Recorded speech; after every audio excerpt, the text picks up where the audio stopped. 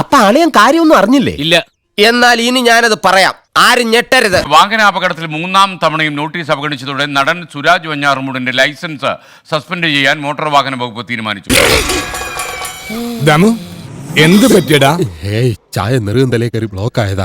നടൻ Suraj വെഞ്ഞാറമൂടിന്റെ driving licence suspend ചെയ്യാൻ motor വാഹന വകുപ്പ് നടപടി തുടങ്ങി. നടനെതിരെ MVDയുടെ ഭാഗത്ത് നിന്ന് നടപടി ഉണ്ടാകാൻ പോകുന്നു. ചുമ്മാ പറഞ്ഞായിരിക്കുമല്ലേ? ചുമ്മാ പറഞ്ഞതാ, അയാൾ ശരിക്കും പറഞ്ഞതായിരിക്കും.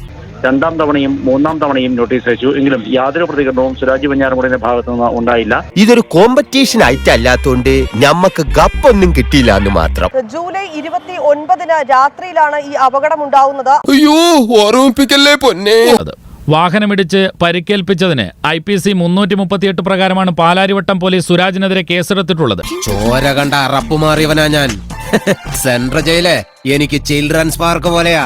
പക്ഷേ ഈ നോട്ടീസ് 3 തവണ അയച്ചിട്ടും സുരാജ് പ്രതികരിച്ചില്ല എന്നാണ് അവരുടെ പരാതി. എപ്പോഴും കളിച്ചു ചിരിച്ച് തമാശ പറയണ കുറുവച്ചിന് ഇങ്ങനൊരു മുഖണ്ടെന്ന് ആദ്യമായിട്ടോട്ട് അറിയുന്നത്. ഈ സാഹചര്യത്തിലാണ് കടുത്ത നടപടിയിലേക്ക് മോട്ടോർ വാഹന വകുപ്പ് നീങ്ങുന്നത്. മിസ്റ്റർ ദശമൂലം, നിങ്ങൾ എന്തിനാണ് പേടിക്കുന്നത്? ധൈര്യമായിട്ടിരിക്കണം.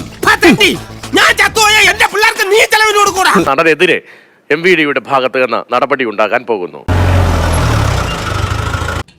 അങ്ങനെ പേടിച്ചു പോകുന്നവനൊന്നും അല്ല ഞാൻ. എന്നാലും വെറുതെ ചോദിക്കാം, ഈ കോയമ്പത്തൂർക്കുള്ള ബസ് പോയാലോ?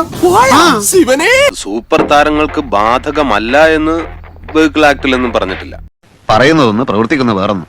ഇനി താൻ ലൈസൻസ് എടുത്തിട്ട് വണ്ടി ഓടിച്ചാ മതി. അത് പറയാൻ താനാരാ? Motor vehicle inspector. ശബാഷ്.